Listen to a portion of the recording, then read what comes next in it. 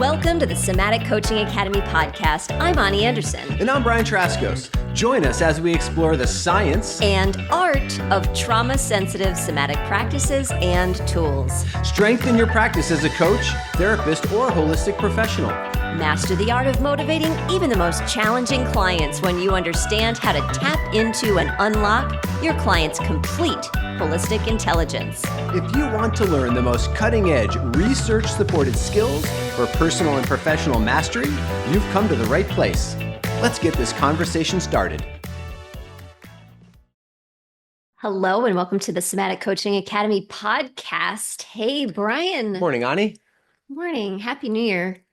I mean, I'm a little late, but it's still, I'm still kind of high on the New Year energy. Are you? I love this time of year. I know, like everybody says, don't make resolutions; they never work, and all that. And we could talk about that actually in another podcast. But I just the energy of the New Year is always super inspiring for me, and I kind of like am fueled by inspiration. Yeah, well, oftentimes it can feel like a clean slate, right? Yeah. And here, where we live in the Northeast, if we have snow, and what I really love are those fresh, crisp drops of snow, where everything is just clean and fresh, and before it's untracked at all. Yeah, that's so and pretty. It just feels like a clean slate. Clean slate, like clean possibilities, and I think that's kind of what this time of year feels like to me too. Yeah, I agree. So it's exciting. I don't know. My mindset's just all like excited. And yeah. I'm excited to talk to you today. So what are we talking about? So on this episode? is, a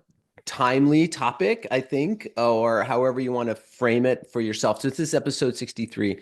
And this week we're talking about how to cultivate safety, even in what feels like a dangerous world. Oh, so let's kind of set the stage for this. Topic. Set the stage for this, So let's just talk about the transitions that are happening right now in the world. So in the US, certainly there's been a change in administration here in the US. And this is happening globally too, right? There's a lot of political upheaval. There's a lot of challenges around how do we want to say this, governmental leadership and structures and those types of things. From a government standpoint, certainly, and all of our systems. Mm-hmm. And this is a point in history where it feels like all of our systems are on the brink of breaking or broken. Yeah. There's a lot of mental health issues and violence issues that we deal with in the world. For some people, they feel like it's a really scary time. Yeah, and so the world can really feel like a dangerous place. And sometimes that danger is perceived because if you really think about it, over the last few years, we've been told every day that the world's an unsafe place. What do you mean? Well, if you think about, again, not to make this a political statement, but if you look at political election cycles and news cycles, often the times the information that we get to try to make a decision a certain way is based on how dangerous things are. And if we don't make a certain choice, then they'll become more dangerous. And so I'm not saying that's all perception. There's obviously some real danger out there for certain folks. Right, but finding your way through that information is crazy right now. Yeah. So we've been told a lot. Again, you're not safe, you're not safe, you're not safe, you're not safe, you're not safe for several years now.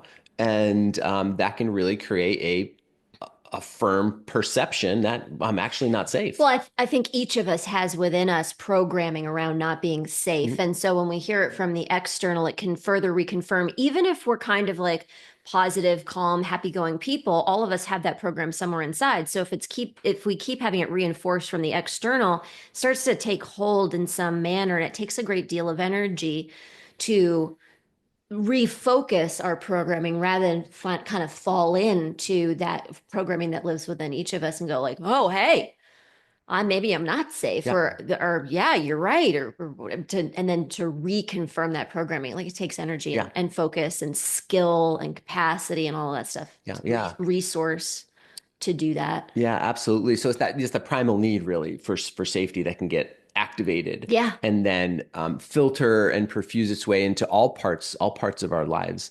Now, we'll say too, I mean, certainly if you identify in a certain way, or if you are identified in a certain way, you may actually be objectively not safe Right. in the world Exactly. that we live in right now too. So let's just kind of Exactly. call that out. So it's not just 100%. all perception. There's actually some objective lack of safety. Yeah. Certain people are losing their rights to make certain decisions for themselves, Yep. and so that creates real life issues of Yes. not being safe. Yes. Yeah. So the world does and can feel like a very dangerous place. And so, what can we do here from our podcast? Is the way I'm thinking about this, right? How can Talk about this all you. what can we do here from the podcast to help people really resource themselves and their lives in a way that they can cultivate safety, even in a place that feels dangerous? Yeah. And I think about this from an internal, external kind of way, that there's things we can do to cultivate internal safety. There's things we can do to cultivate external safety, and that we need both. And that feeling like we can do one without the other isn't really a reasonable way to go after it, right? Yeah, I agree with you so much. And I think we're really at a time in history where our external evolution has outpaced our internal evolution as a species. Looking at my cup right here that says I love being in my window, which means I love being in my window of tolerance. And I actually love have such a simple mug, but I love having it on my mug because, I see it all day and remind myself about how much power I do have to do something about my internal state. But the pace of technology and our external evolution has just like exploded in our recent history, and yet our internal evolution really has not met that pace. Mm. So I'm excited to hear you say like let's talk about both. Let's talk about both. So maybe let's talk about internal first, since you kind of opened the door for that. Sure.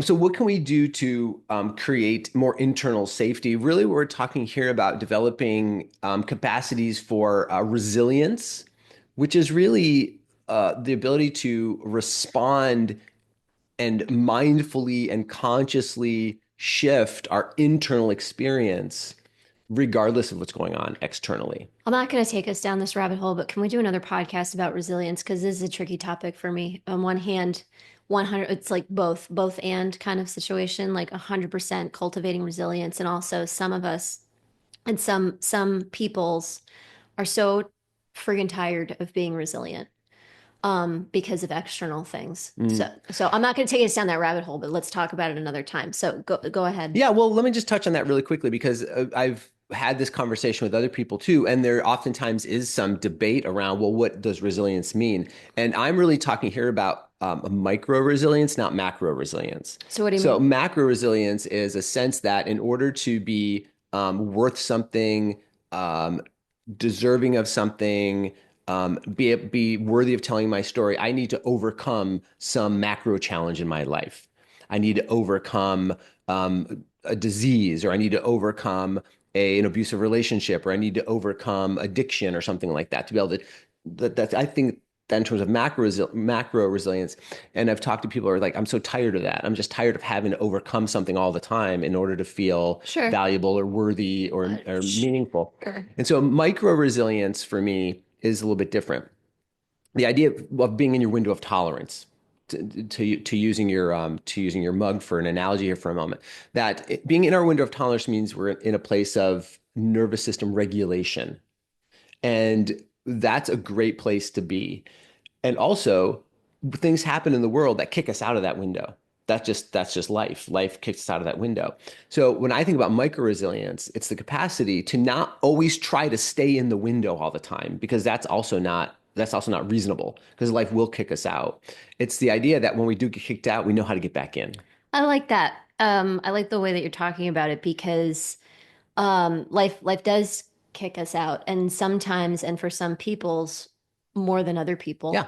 right? And the capacity and the skills are learnable to be able to Yeah, get totally. ourselves back in. And also the acknowledgement that you gave right there about like it's not a bad, wrong thing to get kicked out of your window. No, not Like at the all. goal isn't to be in your window all the time, because I think that can be something that we do to ourselves to say, like, the goal is to always be regulated all the time.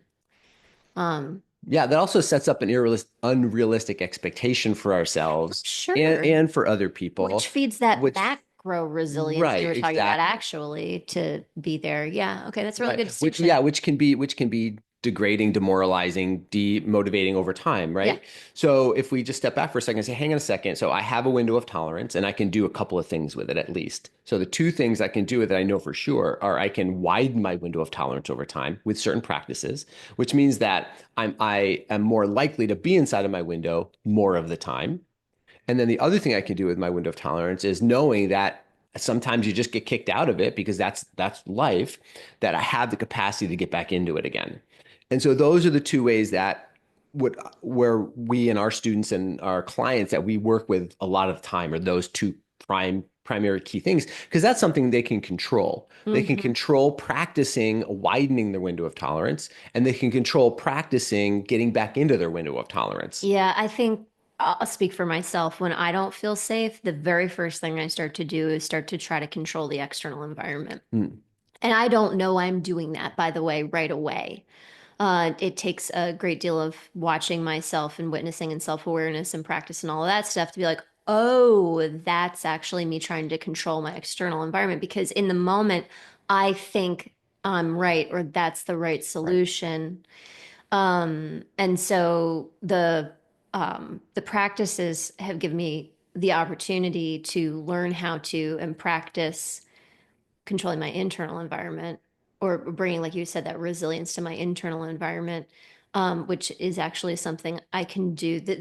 Trying to control the external environment just kind of creates more chaos. Yeah. Well, and so to your point, that point exactly is right now, wrapping back to what we said right at the beginning of today's podcast, is that the external world feels really out of control. That things are happening in the external world that as an individual, we don't really have much control over. So if we reflexively try to change the external circumstances when we feel dysregulated, right now we'd even feel more powerless to do that. So, right, we even feel more disempowered. Sure. So, what can we do? I think what we're talking about is if we can learn to regulate our own nervous system, then we don't need to have a reflex to try to control the external so that we feel more regulated internally. We really put ourselves in a very disempowered, disadvantaged place when we do that. Hmm. Yeah. I don't know where this goes on your list, but I'm going to say it anyway. Another thing is looking out there and seeing all of the different things and all of the different causes. The reason I'm saying this is because Mm, you said something about making a difference as an individual. And I think one of the ways that we can make our greatest impact as individuals is actually to consciously choose, which is why I'm putting this in internally, consciously choose what we really are making a difference in. Like we fight against and complain about and worry about and resist um, topics and problems in the world that we really aren't going to take our life force energy to put the time, energy, and money into changing and making our difference. So internally choosing what am I going to, what cause am I really going to put my energy into? mhm. And focusing our energy in those ways, if as individuals, we really got in alignment with our own passions, thoughts, soul's agenda, and focused our energy in those places, I think what a difference we would make. Yeah, absolutely. Absolutely. So, can we talk just a little bit about some practical kind of things people can start working on Sure, to cultivate a sense of internal safety? sure. So there's a couple of things. One of my favorite things, which a lot of you listeners may already be doing, are grounding practices. So just what we can do on a regular basis to help support and cultivate our own internal safe sense of safety are grounding practices. So grounding practices would be things like Standing out in the grass actually is a grounding practice. Spending some time underneath big trees in the grass in nature, those are grounding practices. There are kind of different implements that you can buy to help you do grounding kind of things, grounding mats, grounding plugs, grounding wires, those kinds of things. I think it's even more important to, when you're doing grounding practice, to have some really mindful attention to how you're doing those grounding practices. I was just going to say that too. Like we teach in the Somatic Practice Essentials, there's a certain way to do those that really sets you up for success. And one of the things that people forget about a lot of times when we're doing grounding practices, a lot of people like choose a guided meditation or something or a visualization. And when we forget about the fact that we're living in a body, grounding our body Right. Yeah. actually makes a big difference. Yeah. So there's some great visualizations. We do a rooted breathing practice in our somatic practice essentials. But you get your body ready for it Yeah, first. get your body ready for it. And then there's a kind of, we do it in a standing practice oftentimes. You bend your knees a little bit, you get your legs engaged so you feel like your legs are really working, your quads are working. That moves energy from our the top part of our body into the lower part of our body. Right. And a Right. lot of let's just pause there for a second. A lot of us spend a lot of time with most of our energy in our body here in our head and in the top. So, um, it's really interesting when we start practicing for real grounding practices to notice how much of my life am I spending in the like above the shoulders kind of place. I mean, I still find myself a lot of times up in my head Yeah. space and bring it back down. But a lot of people aren't even aware that their energy is actually above their shoulders Yeah, most of the it's day. interesting, right? When we do I do a master class or an open class, oftentimes for course centering, for anxiety. And when people come into the class, I ask them like, where do you feel anxiety in your body? And almost no one ever says anything below their waist. Yeah, It's always absolutely. my heart, my gut, my head, my thoughts, something Yeah. like that. And so it just continues to validate the idea that when we experience things like being afraid, when there's safety issues, anxiety, it's all above our waist and our legs basically go to jelly and we lose the energy in our legs. So the grounding practices help to resource our energy coming back down to have a better foundation, a stronger, more stable This foundation. just makes sense Yeah. metaphorically. If you think about it metaphorically, if you can't feel your ground, then of course you might get scared. Yeah. Yeah. Exactly. Of Exactly. course, you can't feel yourself grounded on the earth. You can't feel your body here. Of Of course. course. So that rooted breath practice we do, you can even kind of visualize the breath moving in and out of the bottom of your feet, kind of like your roots, like you're growing roots down into the ground. I'm sure a lot of you have done those kind of practices before, but those are some basic, easy peasy things that people can do to start cultivate more safety internally in their bodies to help them ground and actually help them get back into their window if they get kicked out of their window. Yeah, so some of the practices I use are my safety anchors for sure. I use a quick body scan specifically to move from the top down. And I have a tennis ball in my office and I roll my feet during the Yeah. day, which is a great way to do that. Yeah, another great way to get energy down into the bottom part of your body, into your feet, right? Yep. Opening up all those connection points with the earth. For those of you who have been through our Triple Your Confidence program, Oh yeah. or our one of our course or signature proprietary somatic practice we do with that, we call it core resonance remodeling. We go through a series of movements and affirmations and energetic practices in a kind of a series that develop and strengthen and fortify our chakra systems from the bottom up. And those are another really powerful way to create and develop safety. For those of you who are Yeah. listening who have done those practices before, go back to And those. do those. Those are It's really, really powerful. super quick. You can take 2 minutes a day and do your core resonance remodeling and Yeah. set yourself up. Yeah. So if you, I love that you bring that up because sometimes people will have gone through and done certain things with us and they know certain practices, but it doesn't cue in or click like, oh, I should use that for this. That's a Yeah. great one. Yeah, another great one too is to do a mindfulness practice during the day, and with specifically with the idea of scanning through your body and asking yourself, where do I feel safety sensations in my body right now? Now, I don't know what safety sensations are for you. I know what they feel like for me. Mm, I don't know what they feel like for Ani. She knows what they feel like for her. I So, sure do. yeah, so everybody, if I were to ask you the question is like, when you feel safe, what does that feel like? Where do you feel something? What does it feel like? You'll probably be able to identify it feels like something somewhere. And if you're having kind of a hard time, I don't know if even I can get there, then it's okay here to resource something externally to activate those sensations. Like maybe you have, like I was just thinking about Ani this morning, you were laying on the couch doing a meditation and our cat was lying on top of you, Yeah. right? And so you're kind of resourcing Awesome. Lucky Yeah. as an anchor. Yeah. It really was like an anchor because He he's so was. big. Yeah, He's just he laying on was. He's top a of you. big cat. Yeah, I could feel his like extra. It was like having a weighted blanket on me. Yeah, it's probably purring up there, Yeah, right? yeah.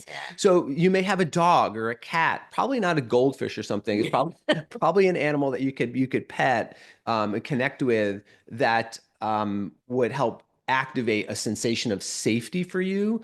Yeah, a lot of people I've worked with use photos that they've taken of places that they feel really That good they feel about. really great Yeah, about. Yeah, or stuffed or animal could be good too. 100%. Squishmallows, Yeah. right? Or Squishmallows are literally the best. yeah, our niece loves Squishmallows. She's just all into them. Our kids liked them too. And they're going. So there might be some type of external something that you could use to activate sensations of internal safety, and then spend time each day nurturing those sensations, being with them. What a really great tip I've used with a number of different clients who are working on this exact thing, Brian, is to have them notice the sensations of internal safety and then say to themselves, I'm safe enough.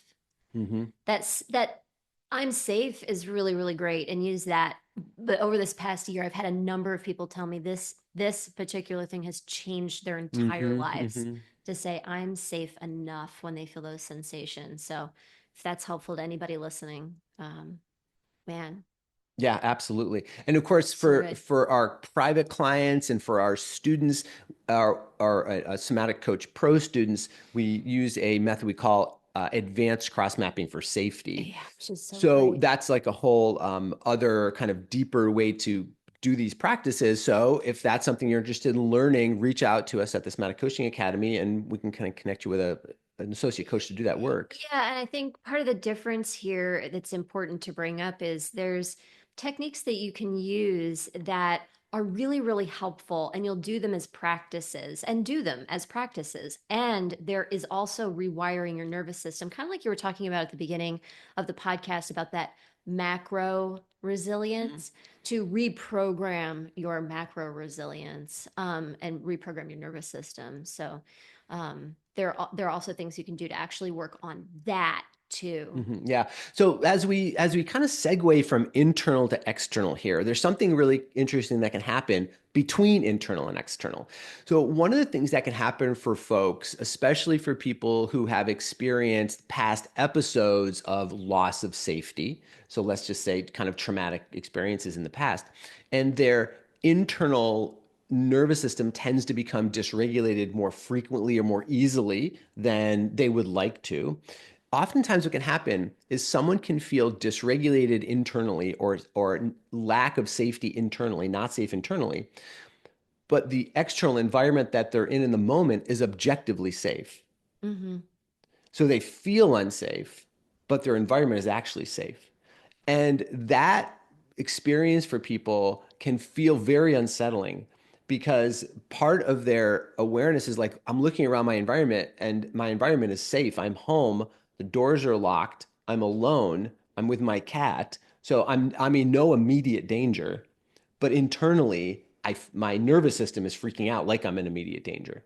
So that discrepancy can actually bring along with it, as you were talking about before, a lot of judgment, Oh yeah. a lot of Oh, self-judgment, a lot of shame guilt and and shame guilt. and all those sorts of things. Yeah, and I feel like I might be crazy. I might be making this up. What's wrong with me? And all of that stuff. Yeah. So we're just highlighting it here because that's the thing that happens.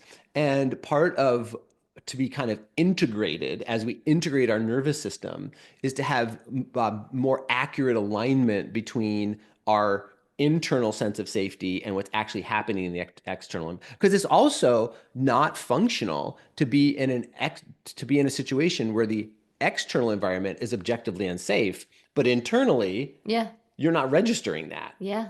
Right? That's also not healthy. Mm-hmm. So either way you go with that is a problem. So really what we're trying to do is help people to have a better sense of integration between what's happening externally, what's happening internally, so that there's more accurate transfer of information kind of between the two. Mm-hmm. So just be aware that that could happen. And one of the things you can actually ask yourself, if you do internally feel unsafe, but objectively externally is safe, like, you're with your family who has always been safe, right? And so because oftentimes we can project outwards that something's happening that's not actually happening because of the way we feel internally. So we have to kind of be able to come to a balance point and say, okay, is my external world actually objectively safe in this moment? And if it is, then just a lot of grace, a lot of forgiveness, and use that as a resourcing tool to help you kind of get back into your window, rather than using your dysfunctional or dysregulated nervous system as a projection to create disturbance in the external environment. Does that make any sense? Yeah. Kind of what I'm saying? So have to kind of practice that back and forth, but that can be kind of an unsettling place to be. Mm-hmm. Okay, so what about external environments? So we've talked a little bit about internal. How do you cultivate safety internally? So what about externally? So uh, obviously, what we're talking about is that when we do consistently have an external environment that is objectively safe, it helps us to be more regulated. Yeah. It helps us to feel safer, helps us to feel more grounded, helps us to feel more resilient, whatever it is that we want to kind of talk about it. Functional. Functional, yeah. Yeah. Yeah. So creating the external environment is really, really important. So how do we go about doing that, I guess is the point. Like there's the next question. And so we can spend time cultivating our local environment, our home, our car, our bedroom, our bathroom, our kitchen, all those kinds of things. So as we walk through each room, just stand in the room for a moment and feel it. Just like feel into that room and be like, okay, so I'm in this room. Does it feel safe? I've been practicing my internal safety sensations, so I have a good idea of what they feel like now. And as you're in each room, you can kind of ask yourself, does it feel safe? I'm kind of reminded, remember when one of our kids was little, and I had a mask hanging on the wall. It was a mask that Freaked out every my time he my cousin brought back from Haiti, okay. and right, it was hanging Every on the time he wall. saw it, he's like, Every he time he couldn't saw even move it, past it it. was by the stairs and he couldn't walk past the stairs to get Yeah. up to it, Yeah. right? Because he was so kind of like so Freaked freaked out out. by it. Yeah. So for him, We had to move we the had to move the mask. mask. For him, that felt He like wouldn't go upstairs. unsafe. Yeah. You also had that like coconut head thing that you brought back from somewhere that also was freaked him out. We had to move that too. Yeah, I like that coconut head. It kind of freaked me out Yeah, too, to be honest exactly. with Yeah. you. Yeah. There's a whole story behind the coconut head. We'll tell that on another podcast. So, if you're when it comes to external environments, obviously, if your immediate environment is objectively unsafe, like call 911, like remove yourself from it, like those kinds of things. We just want a public service announcement that right now. It's like, if your external environment is unsafe, get away from it, remove yourself from it, get support. I think there's also this idea of, sometimes we're in environments that are incredibly challenging and may be unsafe, and having what's called a cope ahead, which basically means like a plan Hmm. for what may or may not happen, and thinking ahead to how I can prepare for if something does happen, then, and of course, moving ourselves whenever possible into a place where we're not in unsafe environments Hmm. anymore. Yeah. But there are also times when kind of I hesitate in bringing it up, but it kind of reminds me of how the kids have to practice in school Yeah, right. what might happen when things go wrong, because the fact is that things go Could go wrong, wrong. yeah. So, Yeah, so you practice fire drills in the house with your kids and those sorts of things. Yeah. So um not to also say to go overboard on that. It's like, set up your system so that you feel like you are prepared. We never feel fully prepared in the moment when something happens, but just so we have a sense that enhances our sense of internal safety. Yeah. Yeah, getting to that point. And to some degree, we then need to know that we have a plan and to be able to let it go so we can live our Correct. lives. Yeah, exactly. Yeah. Yeah. Okay, so we've talked a little bit about our local, kind of our local environment. Now let's go on to this expanding to this global environment, because this is kind of how we started the podcast, that there's things changing globally that are creating a perception of the world that it's a more dangerous place. And that could be a perception, it could be objective, but there's like kind of a global expansion where we have less direct control over. Like in our house, we have control to change things in our house. In our car, we have control to change things in our car. But once we start to expand beyond our little communities and cities and globally, we have less immediate, direct, individual like control to change things. So what do we do? Because if we're reading the news and we're getting these news cycles that make us feel upset all the time, we feel powerless around it. So how can we cultivate safety in a larger world that feels like it's not safe?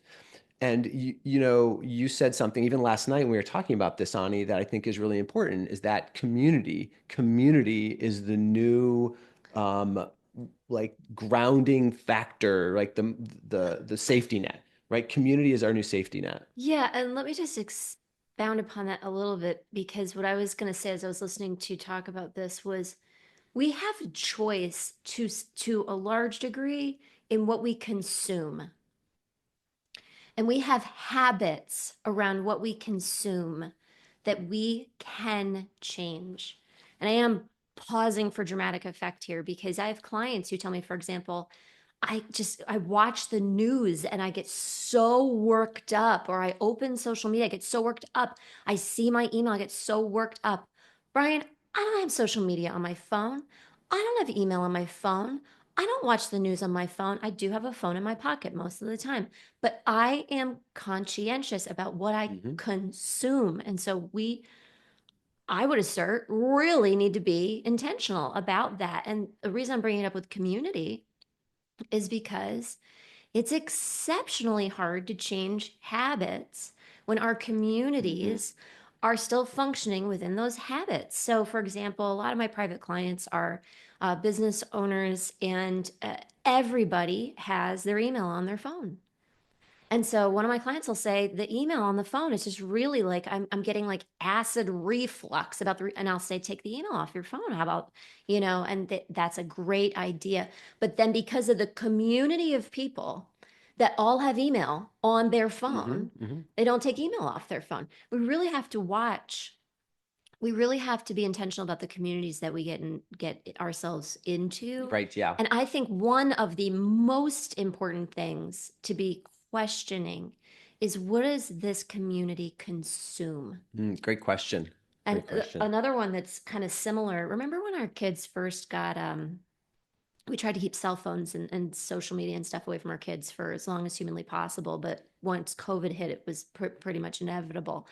And they started to get on YouTube, Mm-hmm. and we started to have conversations with them about how much time are you spending consuming versus creating Right. Yeah. on platforms. And I think that's another thing with the communities that you're a part of. Are you a part of communities where people are taking time to be creators? Or are people primarily Mm-hmm. consumers? I think that's another thing to really think about. Yeah. So let's just kind of lean into this idea about community a little bit more. So really what we're advocating for here is you've got to find a community. You have to find a community of like-minded people. And so if we even go beyond that for a second in terms of cultivating safety, because that's what we're talking about today, then we need to create you need to be a part of a community of people that are not only like-minded, they're also like-spirited, and there's also a uh, sense in the community, not even sense. I would even say framework, guidelines, Standards. standards. That's what we're looking for. Standards. Standards of non-judgment, of nonviolent communication, of acceptance, of openness, of curiosity. And maybe trauma informed Hmm? principles. I mean, yeah. Yeah. So the idea is if you're specifically looking to cultivate more safety in your life, then in this global world that feels unstable, it's about coming back to a community that you feel accepted by, you feel heard in, you feel validated in, you feel seen in, like all those basic constructs of our human needs, which are really based around those ideas of safety and belonging. And to be in communities that cherish and nourish and advocate for non-judgment, for acceptance, and for what else? Global acceptance, really, I think is the big word. Yeah, and personal empowerment.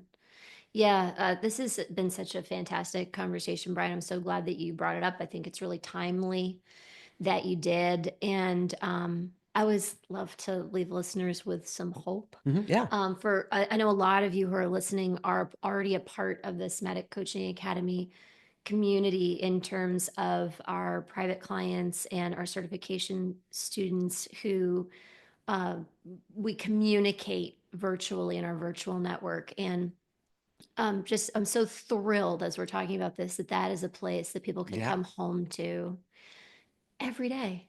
And that makes me really happy that's there. And if you're listening and you're not a part of the Somatic Coaching Academy community in our virtual network, well, number one, we'd love to have you there.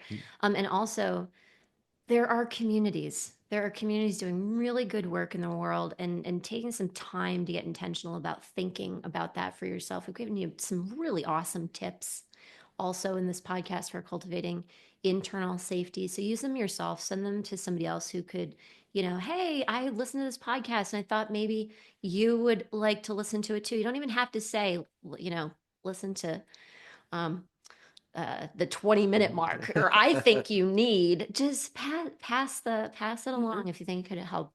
Because the fact is that it takes a smaller percentage of people who are coming from places of safety and internal peace and harmony and love and things like that to make a massive global difference. It takes a small percentage of people actually to be coming from those places within themselves to make a ripple effect with the masses. So just know that every time you cultivate internal safety, every time that you feel safe and you are in your communities, that you're making a really big difference in the global resonance every time you choose to do that. Yeah, absolutely. So find a community that you feel supported, loved, appreciated, accepted in, and paying that forward to other people in the community as well, and practice all those internal mechanisms for creating safety within your own nervous system and your own self. And we'd love to see you next time on the Somatic Coaching Academy podcast. So thanks for joining us today, and we'll see you real soon. Thanks so much. Bye-bye. Thank you for listening to this episode. We hope that this conversation will help you improve your practice and change the way you think about your work, your clients, and yourself. Continue your exploration of trauma-sensitive somatic coaching by listening to more podcast episodes at somaticcoachingacademy.com. You could be the trusted guide that people turn to help them with their most challenging situations and to reach their most precious goals. Thank you for joining us. We'll see you next time.